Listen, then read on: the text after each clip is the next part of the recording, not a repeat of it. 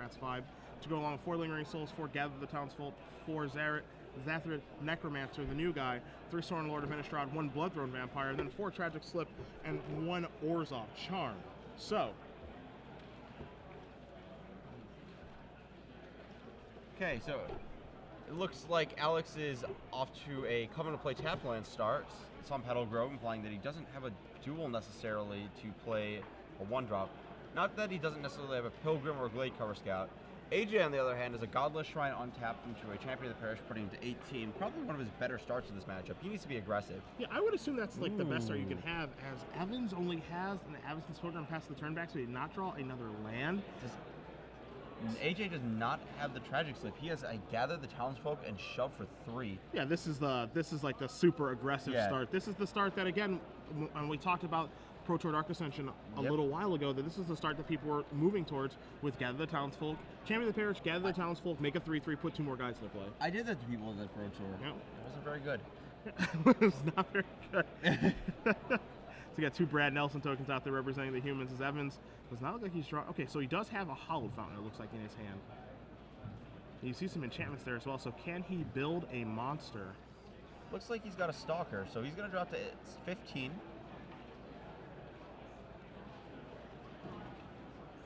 Tap that Hallowed Fountain, going to tap this here. He's going to play a Stalker. And he's going to play Ethereal Armor. All right, so that's going to be a 2-1 first, 2-2 first strike. Yeah, so that can block down either of the human tokens. He's still going to take whatever beats he gets from these huge champion. Potentially up to a 5/5 this turn. Actually, more 6/6. That card gets pretty big pretty fast. Yeah, it is one of the best 1-drops in the format, if not the best one, as Sacher is going to play a Swamp. He is going to cast a Cartel Aristocrat, so that's going to get a little bigger because that's a human. And he's going to come across here for 4 points of damage. Evans with no good blocks available. And Sacher does have a Tragic Slip in his hand, so we'll see if he's going to take care of this Avacyn's Pilgrim. Yep. And he is. So Evans drops down to 11 life. Untaps with only 2 mana. I don't think he can win this race straight up against AJ's board. It is going to be very, very difficult. He's going to have to build one heck of a Stalker to be able to try to win this game, and it's going to probably have to involve Unflinching Courage as well. Yes. He does have a Fiendslayer Paladin in hand. He did draw a 3rd mana source for that. I'm kind of wondering if he had the Fiendslayer Paladin last turn, if he might have wanted to cast it. Yeah, instead of a Stalker? Yeah. Try to just get things built up that way. That's a really, really good question. You know, the AJ's deck is, cannot Tragic Slip that. You cannot Orzhov Charm that. Yep. And maybe he was on the plan of get the armor on the Stalker, then put a Rancor on the Fiendslayer, and that blocks everything down for a while. Because Fiendslayer Paladin, you can, in theory, create a board with this human's deck that blocks it down. You can block it with a Cartel Aristocrat, sacrifice, give your Cartel Aristocrat for a white, block it down that way. There's a lot of action you can have that way. Alex Evans going to 9. He's going to play the Paladin. This is a bold attack. Yeah, he's attacking with a Stalker. AJ dropping down to 16 life. Yep, and I think AJ more than happy to go down to 16 off of that attack. I think that Alex should have preserved 1 point of his life total by blocking one of the human tokens with that. Yeah. So Sacher draws his card for the turn, going to untap his lands, get ready for the next turn. He's got a Champion of the Parish, a little bit bigger. Yeah. Really worth noting is that the Fiendslayer Paladin is not going to gain Alex any life on this block unless it chump blocks the champion. Oh, well, or if it gets Orzhov Charm. No, that's not legal. Yeah. Nope. Yep, that's not a thing. That's not a thing that can happen. So, if it blocks any of AJ's creatures, he can either give the Aristocrat pro black or pro white. He can sack the human token so it doesn't deal damage. So, if I count right, Alex is going to be keeping his Fiendslayer Paladin, but taking 8 on this attack if he blocks a human token. Well, let's see what's going to happen. 5, 6, 7, 8. Yeah, I think I'm with you there. Well, he will be taking 8, but 8 is not going to be 9. Let's see if Sacher can figure out some way to get the job done. Now, I think he can get a little bit creative here if he sees it with the Orzhov Charm that he has in his hand. Let's say he attacks with all of his guys.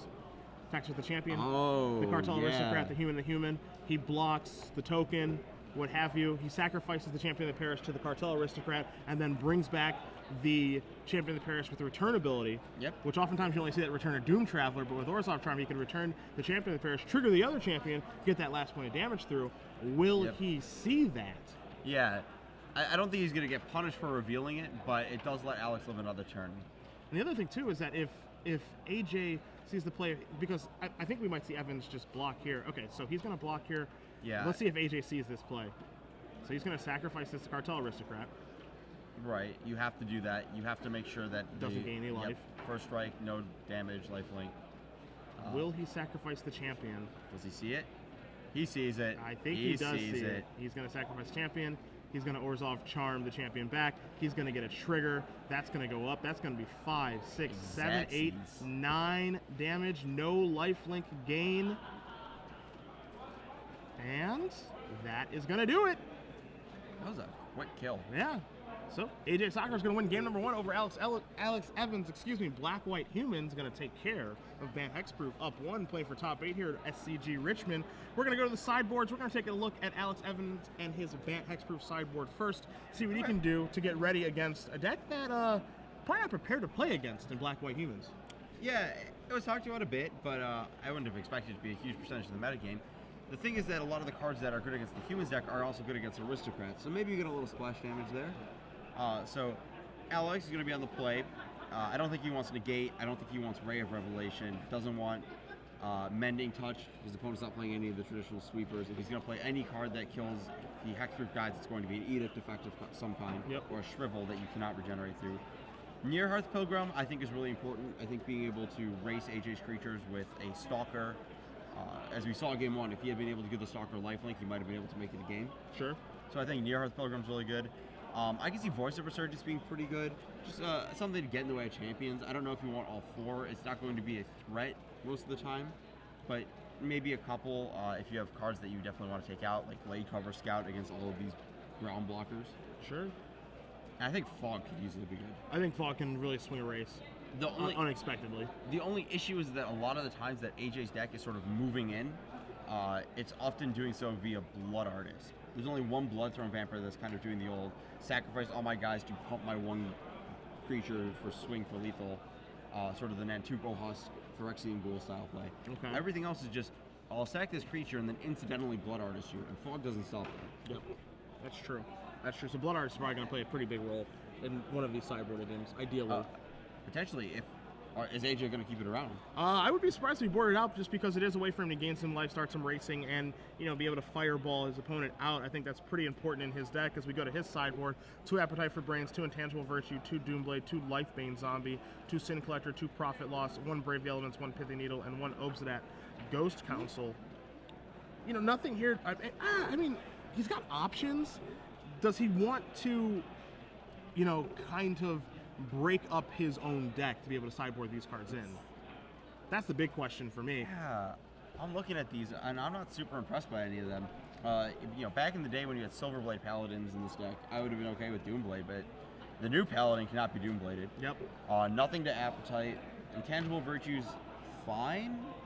It might be reasonable as like an Anthem if you're trying to race. Lifebane Zombie on the draw is not going to hit anything. Yeah, you beat me to it. Lifebane Zombie on the draw is not where you want to be. On the play, I think it's perfectly fine. Absolutely. Yeah, on the draw, I don't think it's where you want to be. Sin Collector, miss all day long. Could hit a Fog if he breaks it. Oh boy. Profit Loss. It can be okay. I mean, it can mess up the math a little bit, or Alex Evans won't realize how much damage he could take on an attack. Profit Loss might be a better version of Intangible Virtue. Okay. In case you get to a board state where you randomly get a Pilgrim or can get a Stalker, especially on the play. I think on the play, Profit Loss is absolutely better than Virtue. It's probably better on the draw in general. Braid the Elements, probably not so great. Pithy Needle, no Pithy Needles. And Obsidian's just a 5-drop, and I've learned my lesson about 5-drops versus Hexproof. Yeah, not the best idea. No, I learned that one the hard way. Yeah, I mean, you got to take it on the chin once. That's all. You got to end the game with an Obsidian in your hand before you realize you probably shouldn't have it in your deck. Thundermaw Hellkite. Yep, the same. It's happened to me too. It has. I love old Thunder Daddy. Got to board it out against Hexproof. See Yep. both players shuffling up here for game number 2. I don't think the sideboard's going to change very. I don't think their decks are going to change very much for either player. No, I don't think there's going to be a lot of sideboarding. I expect Near Earth Pilgrim to come in, but I'm looking at these cards. I don't really care too much about having Voice in my deck. There might be 1 or 2 post board, and that's it. Yeah. I actually like a Johnny Caller of the Pride in this matchup a lot. Okay. So that might be something I'd be really happy to board in. Just go over the top of the Fiendslayer Paladin, assuming there's no lingering Soul Tokens, to be fair. Something worth noting, it's pretty cool. We got Gift of Orzhova in the Hexproof deck, and we've got Overgrown Tombs to cast it with. Okay. I can dig that. Yeah, we've seen that a little bit this year with cards like Boros Reckoner being cast by Temple Garden in the red-green aggro decks. Just these sort of hybrid cards being cast off of, various dual lands. Rakdos Cackler does cost black mana and red mana. I think I've seen a couple lists where there's like incidental, like a black-white deck with a Sacred Foundry for Rakdos Cacklers. There's like a lot of incidental hybrid splashes that can be done with these Ravnica dual lands. So we'll see how this is going to end up. Again, Sacher up a game. Very aggressive start. Came out of the gates with the champion of the parish. Gather the Townsfolk, a card that we haven't seen in a little while, actually. Gather the Townsfolk was a card that when it was released, I think a lot of people, the ideal combination, of course, is with champion of the parish, but also some people expected it to work out quite well with Intangible Virtue, but it fell off the map pretty badly. But this could be the deck that does put it back on the map. And this deck could be the real deal. Again, Jerry Thompson endorsing this deck, AJ Sacher having a very, very nice tournament with it. Makes you wonder how many people are playing this deck in the room, what kind of results it's having. We know that one big name player is playing it and playing for top 8 right now with it. Jerry was 3-0 at one point as well, and looked like he fell to a couple of bad draws against John. Yeah.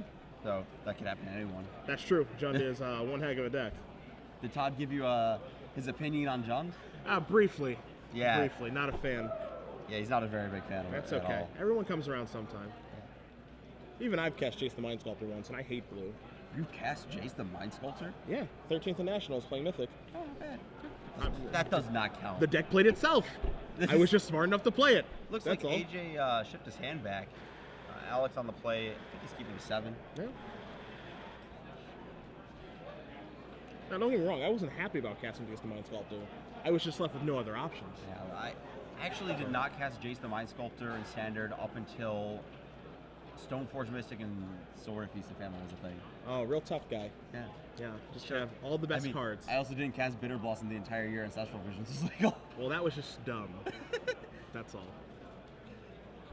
That's just not smart. As we see an update here, Richard Wynn defeats Joe McGuire 2-0. So mono green, if you're a fan of Predator Ooze, you better stay tuned later this evening because it is in the top 8. Yeah, there's been a lot of mono green lists. I know a couple of people, I think Larry Swayze wrote about a list on his blog a little while back. And he had a much more aggressive list. I think there were like Young Wolves in it. Okay. And this is a bit bigger. It's got Silverhearts, it's got Predator Ooze.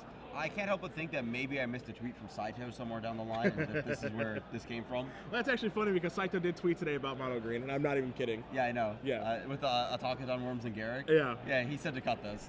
Yeah. AJ down to 5. Yeah, he likes to stare down the camera, I think. This sweet hoodie on. Yeah. I like that hoodie. He's had that hoodie since he was like 5, I think. I know. The hoodie has grown with him. I feel like every time I see him, it's like 50-50 that he's wearing that. I'm unsure if he has another hoodie, but I know he has that one. Or he could just have multiples of that hoodie. That's that would very not surprise possible. me. He could just have like back copies in his closet. Yeah. And every time one wears out, he's just like, yeah, next one off the pile. Yeah. I've owned multiple copies of one shirt before. It's fine. It's fine. It's actually kind of cool. Yeah, I've never done that. Yeah. Barring, Star City shirts or things like that. Yeah, it's actually kind of awesome to have multiple copies of one shirt. 4 and 5, Orzhov Charm among them. He's happy enough on a 5-card hand. Let's see what Alex Evan's going to do to bust down the gates. He has a Holophone. He's got a lot of lands. He has an Invisible Stalker, too. Here's a Swamp for Sacher. Going to pass the turn back. Ooh, there's the Ajani. I like that. So it looks like we've kept a Invisible Stalker, Unflinching Courage hand on the Evan side of the battlefield. AJ is completely unable to kill this Stalker this turn. So Cartel Aristocrat in play. And once this Unflinching Courage lands, it's just race time. That's all there is to it.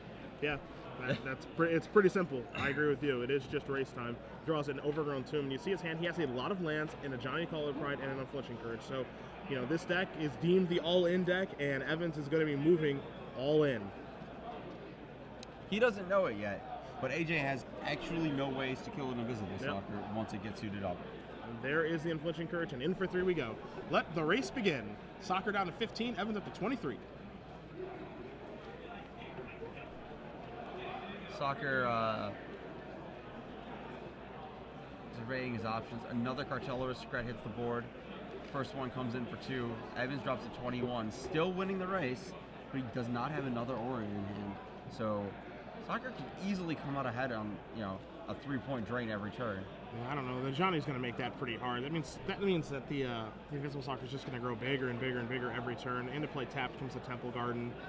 I think you just have to cast that at Johnny. I'm a little bit surprised by this. He's going to just attack for 3. I guess the question is whether AJ can afford to attack down the Ajani next turn. He's going to instead commit a power to the board in the form of Invisible Stalker number 2 instead of putting just a single counter on the already existing Invisible Stalker. Sacher, you see in his hand, he has an Orzhov Charm. He's going to add some mana. Looks like a Blood Artist. It is going to be a Blood Artist and attack for 4. So Evans is going to go down to 20. Sacher going to play a Godless Shrine and then pass the turn back. So Evans going to untap his permanents. He's going to draw a card. Again, his hand is lands, a Johnny Call of the Pride, and now another land. AJ on a, let's see, yeah, Evans is 1 short of being able to attack for 4 this turn and then upstairs with a Johnny on the double strike and kill next turn. But that 1 could easily be represented by any aura in his deck at this point. He's going to have 6 mana next turn to go a Johnny plus the Lifelink Stalker and then the Rancor. Though the Cartel Aristocrat Blood Artist combo sort of throws a wrench in that. Double Blood Artist now for AJ. 2 Cartel Aristocrats come in. And for 4, going to put Evans down to 19. Again, Sacher struggling a little bit here, but on a mulligan of 5, I've seen worse draws, and Evans' draw isn't particularly good either. So if Sacher's able to find something pretty good this turn, assuming that he lives, he might be able to actually get himself back into this. Evans draws a card. It's another land. When is he going to commit that Ajani Call of the Pride to the board? Again, he can just put a +1/+1 counter or something and could have for the past couple of turns. And if Sacher's attacking that instead of him, he's got to be pretty happy about that. Yeah, there was one turn where if he plays it and pumps it up, he's got 2 Cartel Aristocrats facing down a 5 counter Ajani. It's not going to die, and it's going to be able to put another counter on this Lifelink Stalker. I think it was the turn he played the first one. Though he may have been worried about some kind of sacrifice effect like Devour Flesh or Tribute to Hunger and wanted to commit the other creature to the board just so he doesn't get blown out by that. Or Liliana. Liliana's a perfectly reasonable card to expect. So Sacher going to go down to 4. Evans at 22. Sacher draws his card for the turn. Looks like it was a land, so he's got Orzhov Charm, Tragic Slip, and a Godless Shrine. Going to start by attacking with Aristocrats. Going to put Evans down to 18. Keep in mind that AJ at any point in time can fire off 5 points of life gain by sacrificing all of his creatures. So he isn't dead on board in any way, shape, or form. He isn't even dead to the Ajani. See? And draws another land. Wow. This is a strength of Hexproof deck. We basically played 2 spells. That was good enough. We're done here. Yeah, it is looking like it may be good enough. Let's see. I think this might be an opportune moment to just play the Ajani and go upstairs. Yeah, I think it's double strike time. You have to commit this thing at some point. Yeah, this forces a sacrifice, a lot of sacrifice on AJ's part. And it also starts gaining Hue life, so he can't do something ridiculous like Lingering Souls flashback, make a bunch of drains, do some crazy Arcbound Ravager style math, and kill you out of nowhere. So here is the double strike. So that's going to be a 3/3 lifelinking double strike creature. So you can look at this effectively as an attack for 7. Yep. This forces AJ to sacrifice Cartel Aristocrat and Blood Artist. So a drain for 2. A drain for 2. So we go up to 8 down to 1. Yep. Evans goes back up to 20.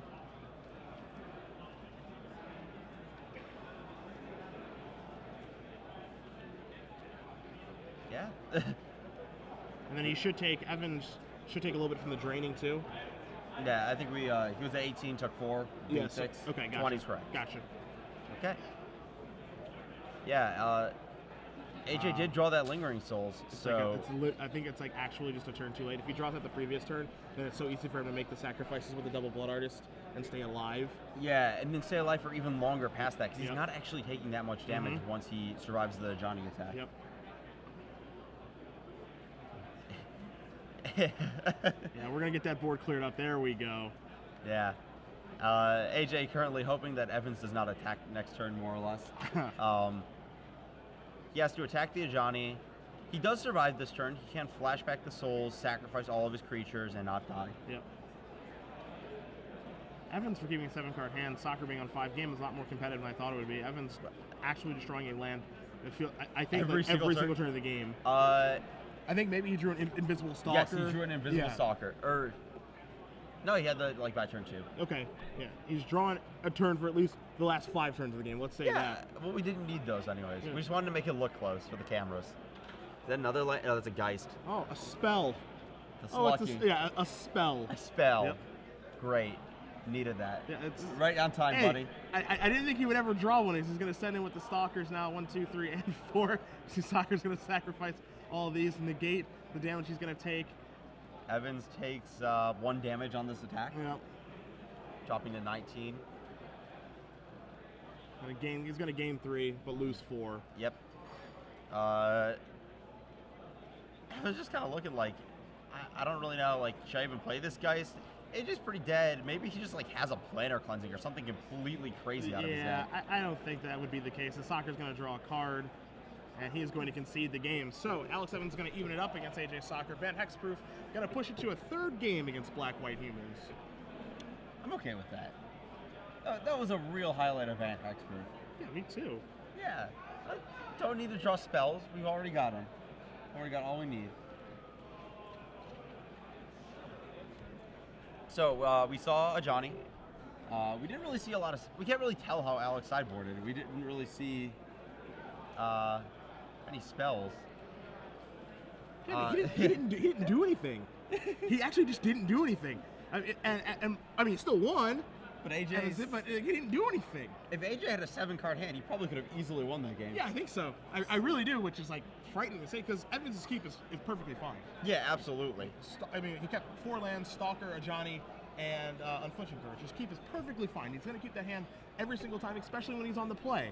And he drew actual nothing, but was able to get it done because Sacher did mulligan to 5, and Sacher didn't really draw anything of consequence, but Sacher also doesn't have very many good ways to actually interact with him. Like, he doesn't have Devour Flesh, Tribute to Hunger, Living on the Veil. None of the cards necessary to win this matchup.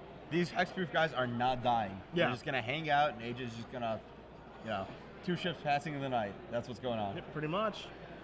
There might be some small amount of play where an Ethereal Armor ends up on a creature that's going to block for a turn or 2 and hold down a Champion of the Parish, but I can't even really see that. A lot of these guys are basically irrelevant, or Cartel Aristocrat has evasion, or even just like Champion of the Parish just gets too big. There's no way that Ethereal Armor should be on the guy that's blocking if it's that big. Yeah. So a 3rd and final one to see who's going to be playing in the top 8 later this evening. Again, if you are just joining us, Cedric Phillips, Ari Lax. It's SCG Richmond. We are winding down on day 2 of coverage here. Round 9 of 9, our standard open. Again, we've already crowned 1 champion. Actually, 3 champions in our Team Sealed tournament in Kyle Rose and the Cowley brothers. Again, congratulations to them on their impressive Team Sealed M14 win. But we have to crown another champion this weekend, a standard open champion, where we've already got at least 1 potential Hall of Famer in the top 8 in William Huey Jensen. Yeah. Pretty good. Yeah, he does okay. If you guys do want to join us on Twitter at SCG Live, hashtag SCGRICH, we can talk about copies of shirts and how you can get them at Office Max or at your local TJ Maxx. Doesn't matter to me. But I want to see what's going to happen here. AJ Sacher won game number 1 by giving the beatdowns to a champion of the parish. And if you know anything about Ben Hexproof, it's not a big fan of being, attacked by an aggressive deck. It doesn't do very well against Mono Red. It doesn't do well against Naya Blitz. And this deck, while not as aggressive as those 2, it's pretty good at putting pressure on, provided it does have a champion page. Though there is a bit of a question. Does Fiendslayer Paladin change all that? Is that good enough to make these aggressive matchups good again? That is a good question. I mean, it does give him 8 lifelink cards then, and you're more than happy to suit that up. And again, Sacher has no way to interact with that card either. To be fair, a lot of people don't. Yeah. I know that, yeah, Burning Tree Emissary definitely pulled the scales in one direction, but Fiendslayer Paladin is a powerful weapon on the backswing. All right. So both players shuffling a ton, getting ready for game number 3. AJ presents his deck. He's good to go. Always pink sleeves for AJ. Don't know if you knew that. Always pink. I did not How do you know feel that. about pink sleeves? They get like dirt on them and stuff fast. I'm a big fan of golds, but I'm assuming they're Dragon Shield, so I'm okay with that. Wait, Yep. I tricked you. what? I tricked you. What? That's not AJ? That's not AJ. I tricked you. You thought This AJ was a test that I This passed. was a test. I see. This was a okay. test. Good cover, buddy. What cover? It's just- What are you talking about? I tricked you. Don't you pay attention when we do this, Ari? He's had green sleeves the whole time. Hey, I'm busy looking at standings and deck lists over here. All right, fair enough. You're busy working hard as we have a Doom Traveler to begin for Mr. Sacher. It's not Champion of the Parish. If you're Alex, you got to be pretty happy about that. Yeah. It's definitely going to represent a slower start. All right, so he has, Evans has a breeding pool. He also has a Hallowed Fountain, too. And I think he has a Evanston's Pilgrim. He's going to go to 18, so he certainly has an Evanston's Pilgrim now. Looks like he has a Spectral Flight in hand. His hand looks good. Yeah, this is one of those hexproof draws. Yeah, his hand looks good. He's got a Near Hearth Pilgrim, as we expected. In for 1. I think that Sacher just drew a profit loss. Or he has one in his hand. He's going to play an Orzhov Gilgate and pass the turn back. Jeez. This is not going to be a very nice sequence of events. Looks like Evans still has the Glade Cover Scouts in his deck. It's a Near Hearth Pilgrim, too. Evans has all 1 toughness creatures right now. He's got a Rancor and things in his hand. Did you see profit loss on the screen? He's going to attack for 1. He is not. No. Okay. He's going to play a Stalker. Oh, no. Get blown Is he out. going to play Glade Clever Scout, too? Oh, no. Oh, no. No, it's just going to Rancor. Oh, he's going to Rancor? Okay. All right. We're okay. For now, until AJ profit losses us on our main phase after we play the Near Hearth Pilgrim. That could No be what fun happens. for the whole family. He's going to start by attacking for 1 with this Doom Traveler. He's going to play a land, pass turn back. He's going to play Mutavault. That's like the perfect land to play right now, too. Yeah, Because it's this land where it's like, I wish I had colored mana, but I don't, so I just have to play Mutavault and say go. It's like it's like a perfect land to play right now for Sacher. Evans going to draw his card. He draws an Unflinching Courage. Well, we might be able to get that one instead of the Pilgrim. Yep. That would be brutal. Though, if you still have the Pilgrim and the Rancor, Glade Cover Scout and Near Hearth Pilgrim could be enough to take it down. Yep. Do you think AJ poured out his Tragic Slips in his Orzhov Charm? I think Tragic Slip, yes. I think Orzhov Charm, no, because it has some utility. Okay. Like with the way he won game 1. There's like some neat things he can do with it. Okay. 2 mana. So Spectral Flight time. Is he going to play Near Hearth Pilgrim? Oh, no. He's bonding it to the... Oh, even tap drawing to follow this upright. No. Oh, boy. He's going to be disappointed. Is he gonna, oh, good God. He's playing Hallowed Fountain at tab. 1, This 2, might be the world's 3. best profit loss. Oh, my God. Boom. Oh, no. Could not do that faster. All of our things, all of our hopes and dreams. Everything going to the good. Rancor going to go back to his hand. Profit loss, a 4 for 1. AJ going to calmly untap, draw a card. I bet he likes that. I bet that felt good. Yo, is that what you think? We're going to bring you in the booth more often for that expert analysis. 5 cards in hand for AJ. Completely loaded. Evans is going to have to rebuild on this Glade Cover Scout. The thing is like, even though Evans got absolutely ruined that turn, that Unflinching Courage and the Glade Cover Scout, AJ's going to have to race. Like, he needs to get the game over with. That's what he needs to do. As much of a beating as that was, I think Evans just drew another Unflinching Courage. Yep. So he needs to get this game over with, like, right now. So there's your Glade Cover Scout. Here is your Rancor. So, you know, if Sacher draws, and he has 2 profit losses in his deck, if he draws the other one, he's going to be safe. Draws Cartel Aristocrat for the turn, but he needs to get Evans dead now. Yeah, he can also represent enough blockers to kill to block and kill the Glade Cover Scout. But at the same time, any Ethereal Armor throws that plan right out the window. Though it's clear that Alex doesn't have an Ethereal Armor given his usage of mana last turn. Not yet. AJ's lines include playing Cartel Aristocrat and flashing back Lingering Souls. That's what I'd expect him to do. Alex is at a pretty low life total. The pain from this breeding pool and the pain from this Hallowed Fountain, even though this has been the 1-1 beatdown crew over here, they add up. Yeah, it does add up, and you see Sacher kind of going through the motions. All right, what do I want to do? I think he knows right now as well that, you know, the threat of Glade Cover Scout plus Rancor, and he has 2 cards left in his hand, as Evans, and he did not play a land. Yep. There's something coming. And that's a scary proposition. He needs to get this game over with as fast as he can. He's going to add some mana. What is he going to play? He has no Lingering Souls in his hand. Does he want to? I think here you just want to deploy as many threats as possible. Sacher's going to go with Lingering Souls. He's going to play a land. Flash it back. Flash it back. Okay. Profit loss would be pretty good this next turn too, just as kill you. Yep. Draws a Fiendslayer Paladin, not what he was looking for. And we can't really attack with this Glade Cover Scout. I think he's going to have to play Unflinching Courage. I guess we can't attack, can we? He's going to play Unflinching Courage. His Scout's going to become a 5/3. And I guess AJ will just block it down because it's, while it has hexproof, it's not unblockable. Yeah, AJ will gladly trade 3 of those tokens for that Unflinching Courage and the Glade Cover Scout. Yeah.